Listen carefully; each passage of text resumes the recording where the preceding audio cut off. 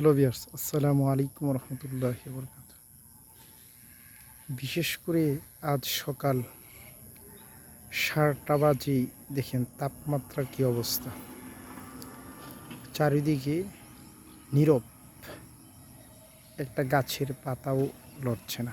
জানি না আজকে তাপমাত্রা মনে হয় সবচেয়ে বেশি যাবে। তাই আপনারা যারা আজকে বাহিরে যাবেন অবশ্যই এই রৌদ্রের বা গরমের উপকরণগুলোর সাথে নিয়ে যাবেন। শিশুদেরকে নিয়ে বের হলে অবশ্যই পানি, খাবার পানি নিয়ে যাবেন বা স্যালাইন নিয়ে যাবেন। ছাতা নিতে অবশ্যই ভুল করবেন না।